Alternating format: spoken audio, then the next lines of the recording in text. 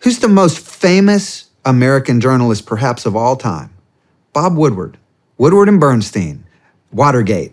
They're the ones who broke the stories of all the things that were happening in Watergate during the Nixon administration. Well, Bob Woodward wrote 2 or 3 books about the Trump era.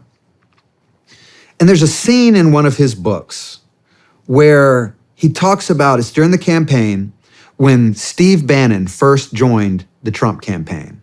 And there's this scene where Steve walks into the 14th floor of Trump Tower into the war room, and there's nobody there except for one person. His name's Andy Sarabian. He was the war room director. And Steve's like, where is everybody? And Andy says, oh, well, this is everybody there. We don't really have a basically it's like this whole scenario of dialogue that happens.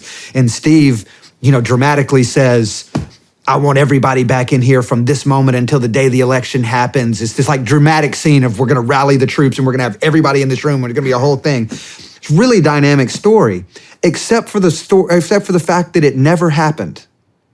Andy Sarabian's one of my best friends.